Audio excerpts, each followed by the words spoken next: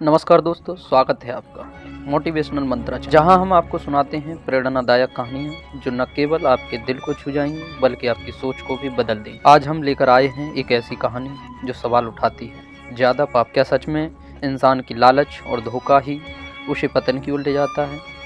आइए इस कहानी की ओर जरिए जानिए कि आखिर कौन है असल में ज़्यादा पापी। भोगवती नाम की एक नगरी थी, उसमें राजा रूपसेन राज करता था। उसके पास चिंतामणि नाम का एक तोता था।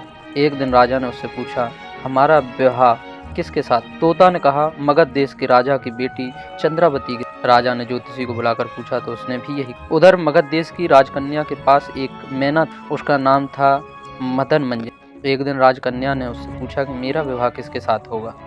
तो उसने कह दिया कि भोगवती नगर में राजा रूपसेन के। इसके बाद दोनों का विवाह हो गया। रानी के साथ उसकी मैना भी आ गई। राजा रानी ने तोता मैना का विवाह करके उन्हें एक पिंजड़े में रख। एक दिन की बात है कि तोता मैना में मैना ने कहा, आदमी बड़ा पाप, दगाबाज और अधर्मी। तोता ने कहा, स्त्री झूठी, लालची और हत्यारी। दोनों का झगड़ा बढ़ गया। राजा ने कहा, क्या बात है, तुम आपस में लड़ते? मैना ने कहा, महाराज, मर्द बड़े बुरे हो। इसके बाद मैना ने एक कहानी सुनाई। इलापुर नगर में एक महाधन नाम का एक सेठ रहता। विवाह के बहुत दिनों के बाद उसके घर एक लड़का पैदा हुआ।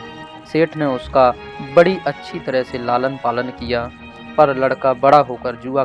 इस बीच सेठ मर गया। लड़के ने अपना सारा धन जुए में खो दिया। जब पास में कुछ न बचा तो वह नगर छोड़कर चंद्रपुरी नामक नगरी में जा पहुंचा। वहां हेमगुप्त नाम का साहूकार है। उसके पास जाकर उसने अपने पिता का परिचय दिया और कहा, मैं जहाज लेकर सौदागिरी करने गया था, माल बेचा, धन कमाया, लेकिन लौटने में समुद्र में ऐसा तूफान आया कि जहाज डूब और मैं जैसे तैसे बचकर यहाँ। उस सेठ ने एक लड़की थी, रत्ना। सेठ को बड़ी खुशी हुई कि घर में बैठे इतना अच्छा लड़का मिल गया। उसने उस लड़के को अपने घर में रख लिया। कुछ दिन बाद अपनी लड़की से उसका विवाह कर दिया। दोनों वहीं रहने लगे। अंत में एक दिन वहां से विदा हुए। सेठ ने बहुत सा धन और एक दासी भी उनके साथ। रास्ते में एक जंगल पड़ा। वहां आकर लड़के ने स्त्री से कहा, यहाँ बहुत डर है, तुम अपने गहने उतार कर मेरी कमर में बांध दो। लड़की ने ऐसा ही किया। इसके बाद लड़के ने कहारों को धन देकर डोले को वापस करा दिया और दासी को मारकर कुएं में डाल दिया। फिर स्त्री को भी कुएं में पटक कर आगे। स्त्री रोने लगी। एक मुसाफिर इधर जा रहा था। जंगल में रोने की आवाज़ सुनकर वह वहां आया और उस कुएं में निकालकर उसे घर पहुंचा दिया। स्त्री ने घर जाकर माँ बाप से कह दिया, रास्ते में चोरों ने हमारे गहने छीन लिए और दासी को मारकर मुझे कुएं में ढकेल कर भाग। बाप ने उसे ढांढस बंधाया और कहा कि तू चिंता मत कर, तेरा स्वामी जीवित होगा और किसी दिन आएगा। उधर वह लड़का जेवर लेकर शहर पहुंचा।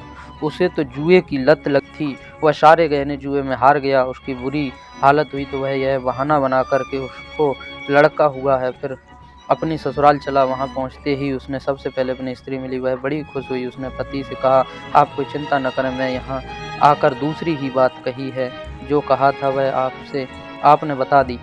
सेठ अपने जमाई से मिलकर बड़े प्रसन्न हुए और उन्हें बड़ी अच्छी तरह से घर में। कुछ दिन बाद एक रोज जब वह लड़की गहने पहने सो रही थी तो उसने चुपचाप छुरी से उसे मार डाला और उसके गहने लेकर चंपा। मैना बोली, महाराज, यह सब मेरे अपने आंखों से देखा, ऐसा पापी होता है आदमी। राजा ने तोते से कहा, अब तुम बताओ किस? इस पर तोते ने यह, कंचनपुर शाग दत्त नाम का एक सेठ रहता था। उसके श्री दत्त नाम का एक लड़का था। वहां से कुछ दूर पर एक और नगर था, श्री विजयपुर।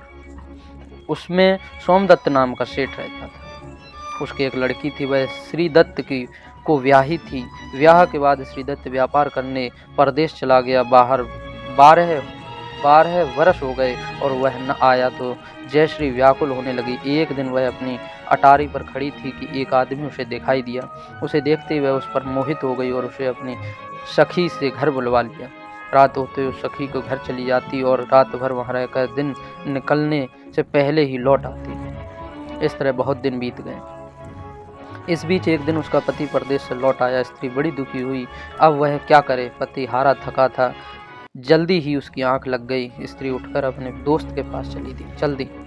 रास्ते में एक चोर खड़ा था। वह देखने लगा कि स्त्री कहाँ जाती है। धीरे धीरे वह सहेली के मकान पर पहुंची और चोर भी पीछे पीछे गया। संयोग से उस आदमी को सांप ने काट लिया और वह मरा पड़ा था। स्त्री ने समझा सो रहा है। वहीं आंगन में पीपल का एक पेड़ था जिस पर एक पिशाच बैठकर लीला देख रहा था। उसने उस आदमी के शरीर में प्रवेश करके उस स्त्री की नाक काट ली और फिर उस आदमी की देह से निकलकर पेड़ पर जा बैठा। स्त्री रोते हुए अपनी सहेली के पास गई और सहेली ने कहा कि तुम अपने पति के पास जाओ और वहां बैठकर रोने लगो।